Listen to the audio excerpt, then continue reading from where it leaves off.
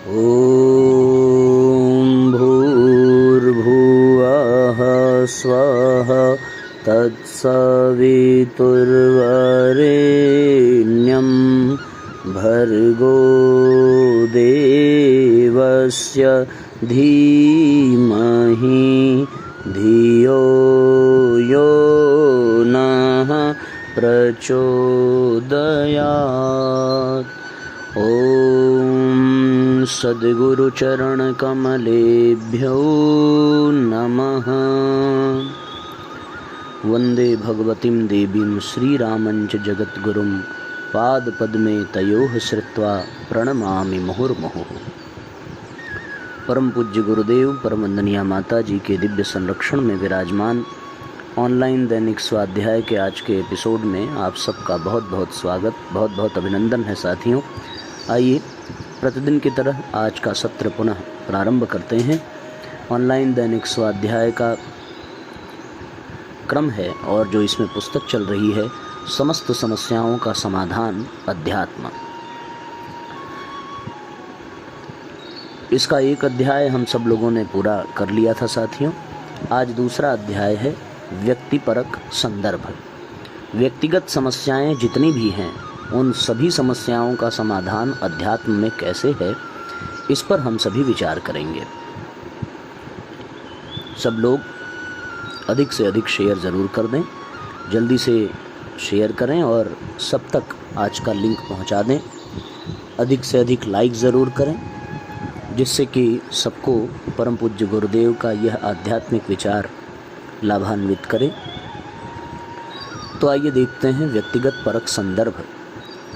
इसके अंतर्गत पूज्य गुरुदेव लिखते हैं, आज का व्यक्ति समस्याओं के जाल में दिन दिन जकड़ता चला जा रहा है।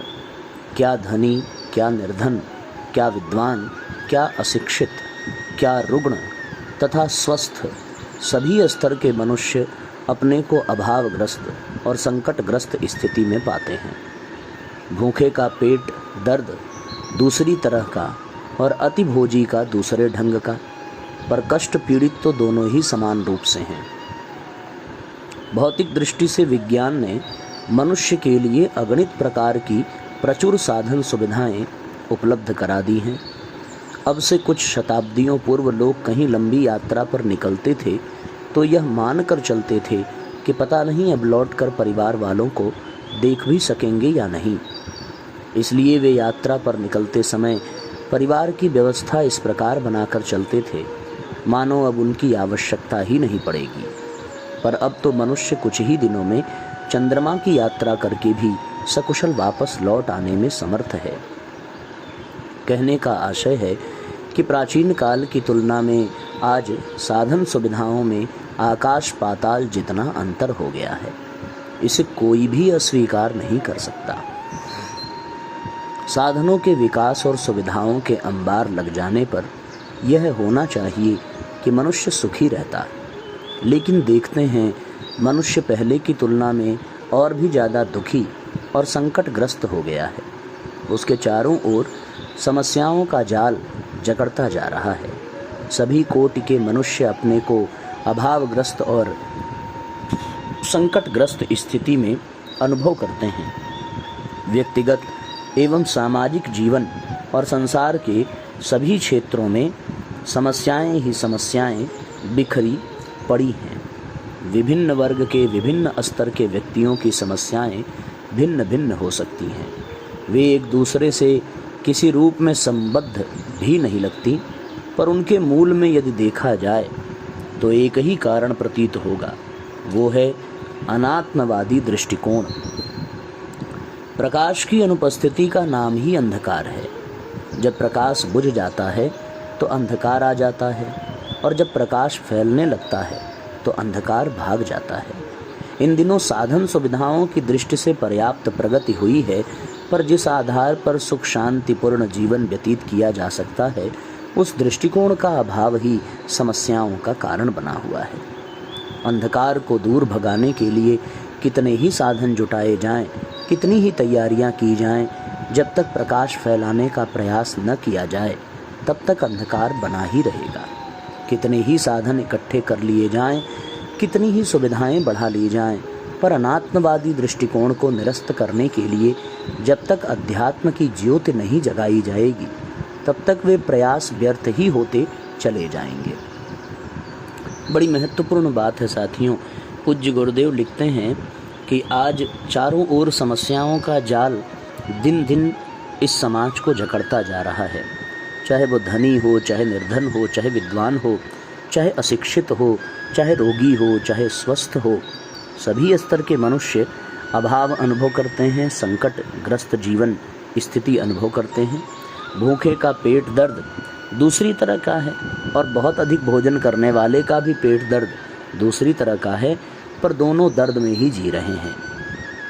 भौतिक दृष्टि से विज्ञान की कृपा से मनुष्य ने बहुत साधन संसाधन जुटा लिए। आपने उदाहरण देखा ही कि अब लोग चंद्रमा तक की यात्रा कर लेते हैं और सही सलामत वापस आ जाते हैं, पर पहले की स्थिति में अब की स्थिति में कितना अंतर है। आज विज्ञान की ऐसी प्रगति हो गई है कि हम जो चाहे सो कर सकते हैं। साधनों का विकास और सुविधाओं का अंबार लग जाने पर परिणाम तो ये निकलना चाहिए था कि मनुष्य और अधिक सुखी रहे, लेकिन परिणाम इसके विपरीत ही आ रहा है। इसके विपरीत परिणाम पा करके लोग परेशान ही हो रहे हैं और समस्याओं के समाधान के क्रम में व्यक्ति उलझता ही जा रहा है, उसे कोई लाभ मिल ही नहीं रहा है। इसलिए साथियों, ये चिंता और बढ़ जाती है कि वास्तव में साधन सुविधा बढ़ जाने से समस्या घटने की बजाय समस्या बढ़ क्यों रही है। तब पता चलता है साथियों कि वास्तव में जीवन में सुख सुविधाओं के लिए तो हम सब ने बहुत प्रयास किया, पर जीवन में शांति के लिए, स्थिरता के लिए, आनंद के लिए हमने कोई प्रयास नहीं किया। ऐसी स्थिति में क्या करना पड़ेगा? ऐसी स्थिति में साथियों, समस्या की जड़ तक जाना पड़ेगा और समस्या की जड़ यही है कि हमारे जीवन में यदि सुख शांति का अभाव है, जिसके आधार पर जीवन सुंदर होना चाहिए था, उस दृष्टिकोण का ही अभाव हो गया, क्योंकि हमने साधन सुविधाओं को महत्व दिया, शांति को, आनंद को महत्व नहीं दिया। ऐसी स्थिति में हम शारीरिक सुविधाओं का तो अंबार लगाते चले गए, पर मानसिक शांति, मानसिक आनंद के लिए हम लोगों ने कोई प्रयत्न ही नहीं किया। अब इसके लिए हमें दृष्टिकोण को बदलना पड़ेगा। दृष्टिकोण कैसा होना चाहिए? लिखते हैं, अनात्मवादी दृष्टिकोण को हमें त्यागना पड़ेगा और आत्मवादी आध्यात्मिक दृष्टिकोण को अपने जीवन में अपनाना पड़ेगा। पूज्य गुरुदेव लिखते हैं कि प्रकाश का न होना ही अंधकार है, आध्यात्मिक दृष्टि का न होना ही समस्याएं हैं, और आध्यात्मिक दृष्टि के होने से ही सारी समस्याएं बिल्कुल वैसे ही समाप्त हो जाती हैं जैसे सूर्योदय होते ही निशा की स्थिति बदल जाती है, सुबह हो जाती है, उजाला हो जाता है, प्रकाश हो जाता है। इसके बगैर चाहे जितना भी प्रयास कर लिया जाए, कोई लाभ मिलने वाला नहीं है। आध्यात्मिक सूर्य को अपने जीवन में उदित करना होगा, तभी जीवन की निशा समाप्त हो सकेगी। कठिनाइयों एवं समस्याओं के सामयिक एवं छुटपुट उपचार तो अनेक ढंग से निकल आते हैं, किंतु टिकाऊ हल अध्यात्म के सहारे से ही निकल सकता है।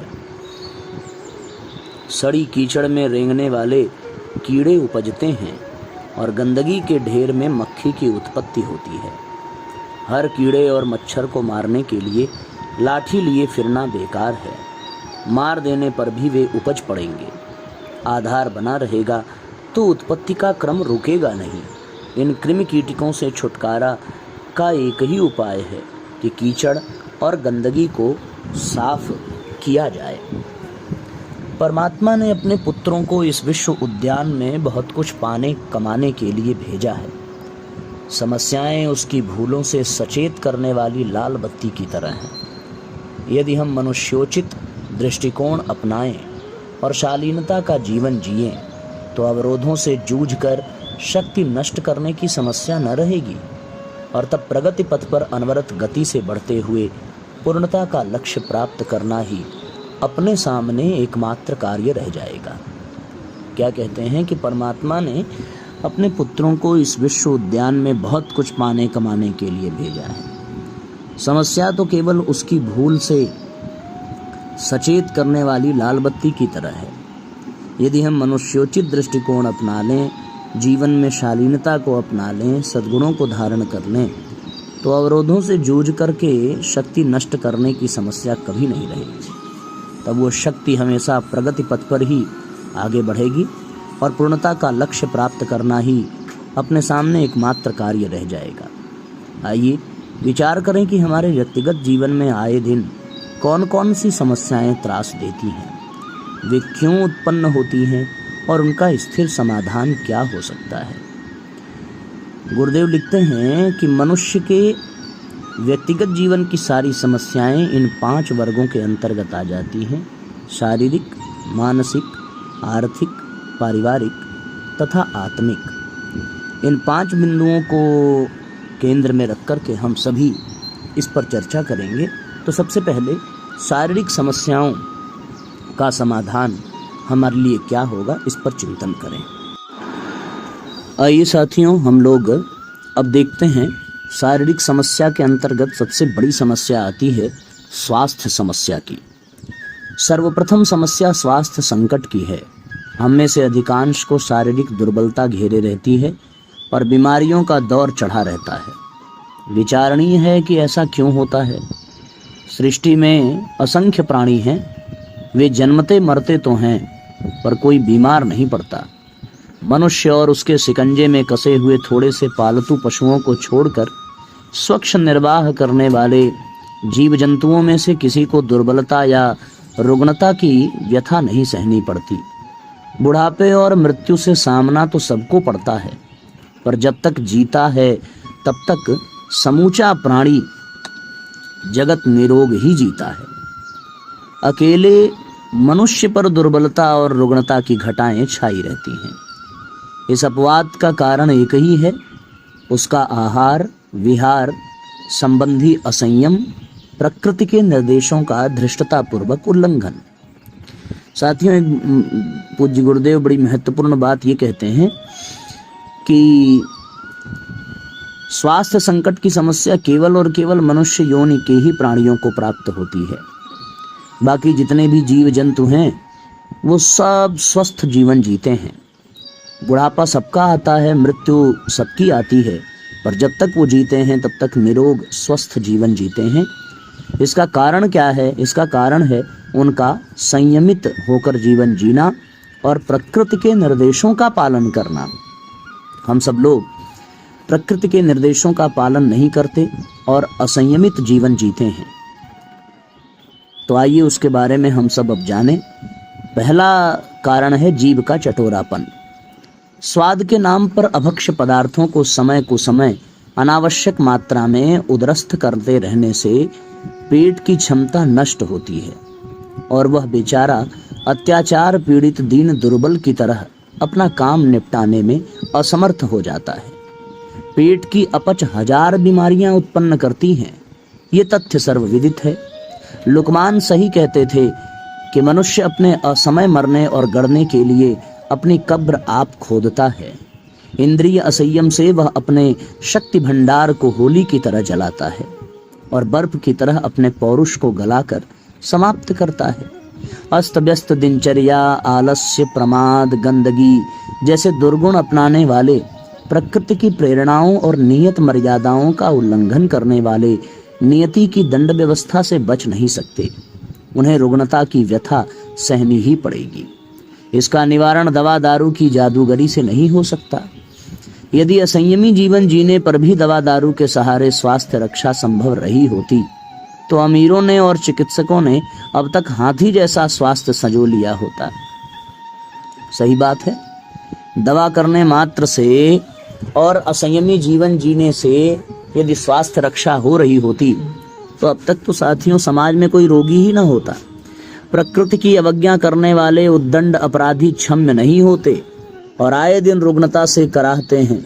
रोगी का उपचार करने के लिए औषधि के साथ साथ परहेज रखना भी आवश्यक होता है। आरंभ से वो जब बहुत ही रुग्ण हो तो परिचारक या घर के अन्य सदस्य उसके खान पान पर नियंत्रण रख सकते हैं, लेकिन जरा स्वस्थ होते ही उसे वह नियंत्रण स्वयं ही रखना होता है। स्वाद लिप्सा और चटोरापन के कारण यदि ये जरा सी भी बदपरहेजी, असावधानी या असंयम कर दे तो रोग पुनः अपने भीषण रूप में खड़ा हो सकता है। अर्थात न केवल स्वस्थ रहने के लिए वरन रोग से मुक्त होने के लिए भी संयम का सहारा लेना पड़ता है। अपना भला बुरा आप सोचना पड़ता है। ये विवेक अध्यात्म का ही अंग है। यदि हमें सचमुच ही स्वास्थ्य की स्थिरता अपेक्षित हो तो उसका एकमात्र उपाय प्राकृतिक जीवन है। आहार विहार का संयम कड़ाई से पालन करने के अतिरिक्त और किसी उपाय से स्वास्थ्य रक्षा की समस्या हल नहीं हो सकती। कहना न होगा कि इंद्रिय लिप्साओं से छुटकारा पाना, सुव्यवस्थित जीवन क्रम अपनाना शारीरिक क्षेत्र में प्रयुक्त होने वाली अध्यात्म प्रक्रिया ही है। आत्म संयम और आत्मानुशासन का नाम ही तो अध्यात्म है। उसका प्रयोग यदि विवेकशीलता और दूरदर्शिता अपनाते हुए स्वास्थ्य प्रयोजन के लिए किया जाता रहे तो हम में से किसी को भी न तो दुर्बलता घेरेगी और न रुग्णता छाई रहेगी। अब से 1000 वर्ष बाद जब भी स्वास्थ्य संकट से निपटना आवश्यक प्रतीत होगा और उसका स्थिर समाधान खोजा जाएगा तो इसी निष्कर्ष पर पहुंचना पड़ेगा कि जीवनचर्या का निर्धारण अध्यात्मवादी दृष्टिकोण से किया जाए और शारीरिक संपदा का उपयोग करने में प्रकृति के निर्देशों का पालन करने के लिए कड़ाई के साथ संयम बरता जाए। जिस दिन ये तथ्य हृदयंगम कर लिया जाएगा, उसे व्यवहारिक जीवन में उतार लिया जाएगा, उस दिन स्वास्थ्य संकट का अंधकार कहीं भी दृष्टिगोचर न होगा। शारीरिक स्वास्थ्य के लिए यहाँ पर साथियों बात कही गई। पहले तो कारण बताया गया, और कारण क्या बताया गया? यही बताया गया कि केवल और केवल असंयम और प्राकृतिक अनुशासन को न मानने के कारण ही व्यक्ति रोगी होता है, अन्यथा तो उसके रोगी होने का कोई कारण ही नहीं है। यदि वो संयमित जीवन जिए और प्रकृति के निर्देशों और अनुशासन का पालन करे, शरीर की जो मांग है उसके अनुसार वो अपने जीवन को चलावे, तो उसे कभी भी रोगी होने की आवश्यकता नहीं पड़ेगी। परहेज करना आवश्यक है, सावधानी बरतना आवश्यक है। और साथियों, ये सावधानी, ये परहेज, इसी को तो आत्मसंयम कहते हैं, इसी को आत्मानुशासन कहते हैं। जब इंद्रिय लिप्साओं की ओर से मुंह मोड़ लिया जाए और उसे सुव्यवस्थित बना लिया जाए तो ये प्रक्रिया ही तो अध्यात्म कहलाती है।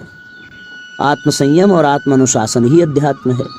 विवेकशीलता पूर्वक, दूरदर्शिता पूर्वक जो अपने स्वास्थ्य के लिए सदैव सतर्क रहते हैं और क्या खाना है, क्या नहीं खाना है, कब सोना है, कब नहीं सोना है, कैसी दिनचर्या हो, कैसी जीवन शैली हो, उसमें योग, प्राणायाम, व्यायाम सब कुछ सम्मिलित हो, तो पहले के ऋषि महर्षि जैसे स्वस्थ रहा करते थे और कई कई वर्षों तक निरोग जीवन जीते थे, वो आज भी संभव है, इसमें कोई दो राय नहीं है। हम सब लोगों को भी ये करना चाहिए। तो आइए अब हम लोग अगले बिंदु पर चलते हैं। पहला बिंदु था शारीरिक उद्विग्नता और शारीरिक समस्या थी। दूसरा है साथियों मानसिक उद्विग्नता। ये दूसरा बिंदु है कि मानसिक उद्विग्नता का क्या कारण है। ये साथियों बहुत बड़ा अध्याय है, इसका कुछ अंश हम लोग पढ़ेंगे। फिर मानसिक समस्या के बाद आर्थिक कठिनाइयाँ, उसका समाधान अध्यात्म में क्या है, और उसके बाद फिर पारिवारिक विग्रह, उसका समाधान अध्यात्म में क्या है, और पारिवारिक विग्रह के बाद फिर व्यक्तिगत समस्याएं तो निपट जाती हैं, फिर समाज परक संदर्भ जो हैं उस पर हम लोग आध्यात्मिक दृष्टिकोण क्या हो सकता है उसकी चर्चा करेंगे। आइए देखते हैं मानसिक उद्विग्नता। स्वास्थ्य समस्या के समान ही मानसिक उद्विग्नता भी मनुष्य जीवन की दूसरी सबसे बड़ी समस्या है। शांत, संतुष्ट, संतुलित और प्रसन्न रहने वाले व्यक्ति बिरले ही दिखाई देते हैं। अधिकांश व्यक्तियों के माथे पर त्योरियां चढ़ी होती हैं, आंखों में बुझापन, चेहरे पर अवसाद, वाणी में निराशा, मस्तिष्क में अस्थिरता और हृदय में अशांति के बादल घटाटोप छाए रहते हैं। निराशा, क्षोभ, असंतोष तथा क्लांति की छाया मन मस्तिष्क में अंधकार फैलाए रहती है और उस उल्लास का दर्शन कहीं भी नहीं होता जो परमात्मा के ज्येष्ठ पुत्र और सृष्टि के सर्वश्रेष्ठ प्राणी के नाते दिखाई देना चाहिए। मानसिक अशांति के लिए दूसरों के व्यवहार और परिस्थितियों को भी सर्वथा निर्दोष तो नहीं कहा जा सकता, पर यह स्वीकार तो करना ही होगा कि इसमें बहुत बड़ा कारण अपने चिंतन तंत्र की दुर्बलता ही रहती है। हम अपनी ही इच्छा की पूर्ति चाहते हैं और हर किसी को अपने ही शासन में चलाना चाहते हैं और हर परिस्थिति को अपनी मर्जी के अनुरूप चलने की अपेक्षा करते हैं। ये भूल जाते हैं कि ये संसार हमारे लिए ही नहीं बना है, इसमें व्यक्तियों का विकास अपने क्रम से हो रहा है और परिस्थितियां अपने प्रवाह से बह रही हैं। हमें उनके साथ तालमेल बिठाने की कुशलता प्राप्त करनी चाहिए। ये साथियों मानसिक उद्विग्नता का यहाँ पर पहला आध्यात्मिक सूत्र है, परिस्थितियों से तालमेल बिठाना, परिस्थितियों के अनुसार मन स्थिति बना लेना। वास्तव में पूज्य गुरुदेव यहाँ लिखते हैं कि ये बिल्कुल नहीं इस बात को ठुकराया जा सकता कि मानसिक अशांति में दूसरों के व्यवहार और परिस्थितियों का भी दोष नहीं होता। निस्संदेह उनका भी दोष होता है। सामने वाले का व्यवहार और हमारी परिस्थितियां हमारे मानसिक उद्विग्नता का कारण होती हैं, लेकिन इसके साथ साथ पूज्य गुरुदेव ये भी कहते हैं कि ये सत्य तो है कि दूसरों का व्यवहार और परिस्थितियां हमारे मानसिक अशांति का कारण हैं, पर इसमें भी बहुत बड़ा कारण अपने चिंतन तंत्र की दुर्बलता है। यदि हमारी मानसिक शक्ति मजबूत होती, हमारा चिंतन तंत्र मजबूत होता, तो वास्तव में हमें कभी भी अशांति का सामना न करना पड़ता। इसके लिए पहला विचार उन्होंने दिया है कि हम सबको अपनी इच्छा के अनुसार रखना चाहते हैं और इस संसार को अपने लिए अपने हिसाब से चलाना चाहते हैं। परिस्थितियों को अपने प्रवाह से ही हम चलाना चाहते हैं, उनके साथ तालमेल नहीं बिठाते। अब आप कल्पना करके देखिए, चलिए आपको यदि ये शक्ति मिल जाए कि ये संसार आप अपने हिसाब से चलाएंगे, तो क्या इस शक्ति का आप उपयोग करके सुखी संतुष्ट हो पाएंगे? सब बातें छोड़ दीजिए, केवल आपको केवल इतना अधिकार मिल जाए कि सूर्योदय आपके अनुसार प्रतिदिन होगा। आप जब चाहेंगे तब सूर्योदय होगा, आप जब चाहेंगे तब सूर्यास्त होगा। केवल इतना ही अधिकार यदि आपको दे दिया जाए, तो साथियों ईमानदारी से बताइए, क्या आप निष्ठापूर्वक इस अधिकार का पालन कर पाएंगे? आपकी जब नींद पूरी होगी तभी सूर्योदय आप कराएंगे और आपको जब नींद लगेगी तभी आप सूर्यास्त करा देंगे। तो अब जरा विचार करके देखिए कि संसार में और भी लोग तो हैं और सबको ये अधिकार दे दिया जाए, तो फिर सूर्योदय का समय और सूर्यास्त का समय ही बदल जाएगा, वो कभी फिक्स टाइम होगा ही नहीं। इसलिए हम लोगों को सूर्योदय के और सूर्यास्त के अनुसार तालमेल बिठाना पड़ता है, और ये तालमेल यदि हम न बिठाएं तो फिर अशांति होगी, परेशानी होगी। दिन का काम रात में करेंगे, रात का काम दिन में करेंगे, रात में जगेंगे, दिन में सोएंगे, यही प्रक्रिया चलेगी। इसलिए परिस्थितियों के साथ तालमेल बिठाना पड़ता है। रेलगाड़ी को ही देख लीजिए, रेलगाड़ी को यदि ये स्वतंत्र कर दिया जाए कि ये यात्रियों के अनुसार चलेगी, तो 1 इंच भी रेलगाड़ी आगे सरक नहीं पाएगी, कोई न कोई छूटा ही रहेगा। लेकिन व्यक्ति को रेलगाड़ी के अनुसार तालमेल बिठा करके चलना पड़ता है। ये तालमेल बिठाने की कुशलता जिसको प्राप्त हो जाती है ना, वो कभी अशांत नहीं होता। ये पहला सूत्र अध्यात्म का पूज्य गुरुदेव ने यहाँ पर प्रदान किया है। तो हम लोग आज इस एक ही सूत्र के साथ इस चर्चा को अब विराम देंगे और मानसिक अशांति को और कैसे कम किया जा सकता है, उसके और क्या क्या सूत्र हैं, ये आगे की पंक्तियों में हम लोग विस्तार पूर्वक साथियों विधिवत चर्चा करेंगे। ठीक है, आइए प्रारंभ करते हैं अब गायत्री मंत्र। ओम भूर्भुवः स्वः तत्सवितुर्वरेण्यं भर्गो देवस्य धीमहि धियो यो नः प्रचोदयात्। सभी आत्मीय बंधुओं को बहुत बहुत प्रणाम, सबका मंगल हो। साथियों आज के स्वाध्याय के लिए इतना ही। आप अधिक से अधिक शेयर करें और इतनी महत्वपूर्ण किताब जिसकी चर्चा हम लोग कर रहे हैं, इसको तो गांठ बांध लेनी चाहिए, बार बार सुनना, बार बार पढ़ना चाहिए। ये व्यवहारिक जीवन जीने के लिए, आध्यात्मिक जीवन जीने के लिए आप ये कह सकते हैं कि ब्रह्मास्त्र है ये।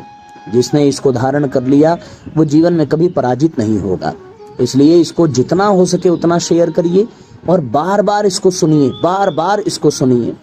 इस अध्याय को रट डालिए, इसके सूत्रों को रट डालिए। हमारा अपना ये प्रयास है कि इसकी एक एक परत को खूब खोल खोल करके समझाया जाए। इसलिए यहाँ के प्रज्ञा पुराण की कथा में मैं इसी अध्याय की चर्चा कर रहा हूँ। जिस अध्याय को आप लोग सुन रहे हैं, प्रज्ञा पुराण की कथा आजमगढ़ की, उसका दूसरे दिन का प्रवचन आप सुनेंगे तो आपको इस पुस्तक का पहला अध्याय ही देखने को मिलेगा। और आज जो हम लोगों ने पढ़ा है, इसकी चर्चा भी मैं आज के प्रवचन में और दीप यज्ञ में करूँगा। आप उसको भी ध्यान से सुनेंगे तो आपको बहुत गहराई से समझ में आएगा। कई बार सुनने से बहुत अच्छे तरीके से बातें समझ में आ जाती हैं और हृदय में बैठ जाती हैं। तो आइए इसी बात के साथ सबको प्रणाम, सबका मंगल हो। जय राम जी की शुभ रात्रि।